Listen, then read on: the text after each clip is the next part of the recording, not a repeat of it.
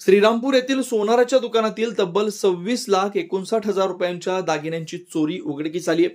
स्थानिक गुन्हे शाखा अहिल्यानगरच्या पथकानं जालना येथून 4 आरोपींना अटक केली आहे।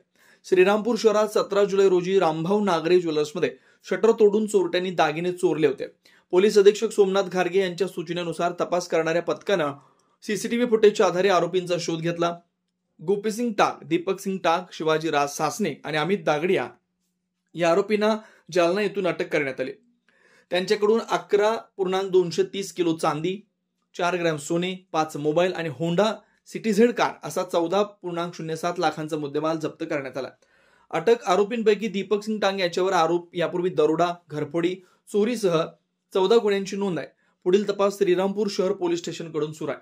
श्रीरामपूर शहरातील नागरे ज्वेलर्स या ठिकाणी रात्री अज्ञात चोरट्यांनी येऊन त्यांचं शटर उचकटून दुकानामध्ये ठेवलेला साधारण 23 किलो चांदी आणि 4.5 तोळे सोनं असा 26 ते 27 लाखाचा मुद्देमाल हा अज्ञात चोरट्यांनी चोरून नेलेला होता। त्याप्रमाणे श्रीरामपूर शहर पोलीस स्टेशनला गुन्हा दाखल करण्यात आलेला होता। जिल्ह्याचे पोलीस अधीक्षक श्री सोमनाथ घारगे सर यांनी स्थानिक गुन्हे शाखेला तपासाच्या सूचना दिल्या होत्या।